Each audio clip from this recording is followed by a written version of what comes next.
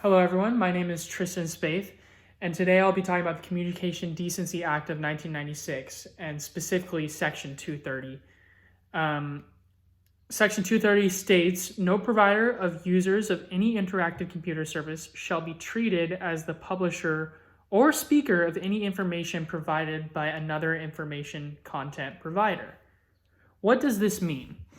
Basically, what this means is that platforms like Facebook, Instagram, or even TikTok are protected from any information that might be posted by its users. So let's say someone puts up content that is super controversial and quite honestly not good for the internet. Rather than someone who's offended by that content being able to sue the company for that being posted on their site, that person can't sue the company. The company is not held responsible for who its users, like what its users post. And this also kind of gives the company the ability to kind of regulate what they want within the design of their platform. For example, YouTube has something called community guidelines where it says, hey, this is what you can and can't do. So basically, these companies have the ability to kind of regulate what is on their sites and what they want. And that's what Section 230 allows them to do. But today I specifically wanted to talk about what would the benefit to be of losing Section 230.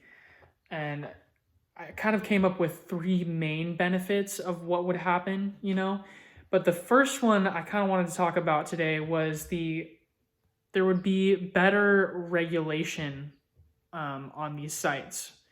An article I found by the Harvard Business Review by Michael Smith and Marshall Enlist talked about how losing Section 230 or updating Section 230.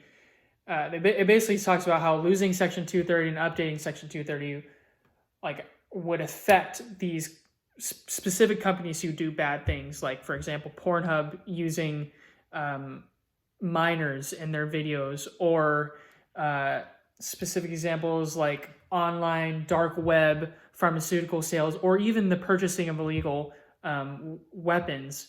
Like with the loss of Section 230, the websites that have these illegal activities, they'd be held accountable. So there's regulation there.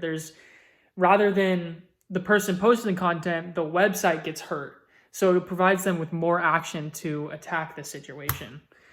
The second thing I wanted to share was bias or unbiased opinions.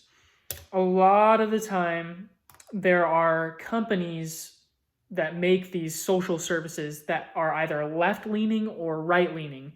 And the problem with that is that there's certain users who maybe will post something that is more left-believing, and the right will totally just destroy them for that, and they'll get rid of their content and hurt that person.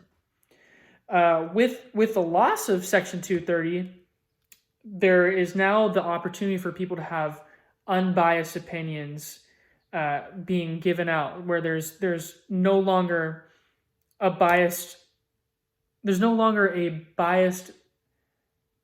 side to the social interaction. There's now unbiased opinion. People can kind of just post and be out there having conversation rather than instant cancellation. Of basically, canceling is what we've been dealing with as we have been going through a lot of this social media stuff. So this would stop people from being canceled by these sites. And then the third thing I kind of wanted to bring up was this specific act. So the Communication Decency Act and the Section 230, all of this was made in 1996.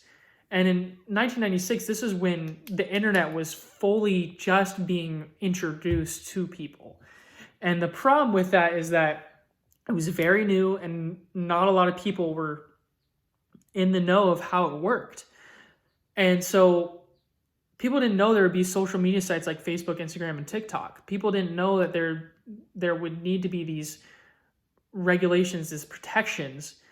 And now that it's been, a little over 20 years since then, it just means it needs to be updated. So you don't even need to take away Section 230. I would say you just need to update it so that people can't exploit the systems. And so that was kind of my third benefit, is that specific thing would be updated. It would be, when it was made, that's when the regulation, like internet, was not necessarily new. Or it was new, is what I meant to say. So that's why when it was made is like a big factor in this. And then lastly, what would happen to these companies if Section 230 was to be updated or to be taken away, is they'd just be held accountable. They'd be held accountable for their actions. There would be more people being listened to rather than people having negative situations. And then on top of that, it's like these media sites have to be a lot more careful in how they regulate their stuff, because now there's no longer the hey, like I don't have to worry about a lawsuit because of what my user posted. Now there's other situations where, hey, maybe I have to be careful about what my user posts, what users post. Like maybe I have to have better regulations. Maybe I have to monitor it. So that's kind of like my 2 cents about what would happen if Section 230 would be taken away and what the benefits would be. I do hope that this was easy to understand and easy to process. But all in all, I do feel that, Section 230 has its benefits, but I do think that it does need to be updated, because when it was made was way, way long ago, when the internet was just a baby. So anyway, thank you for watching my videos. I will have the links to my resources at the bottom of the page in our SEU site. But thank you.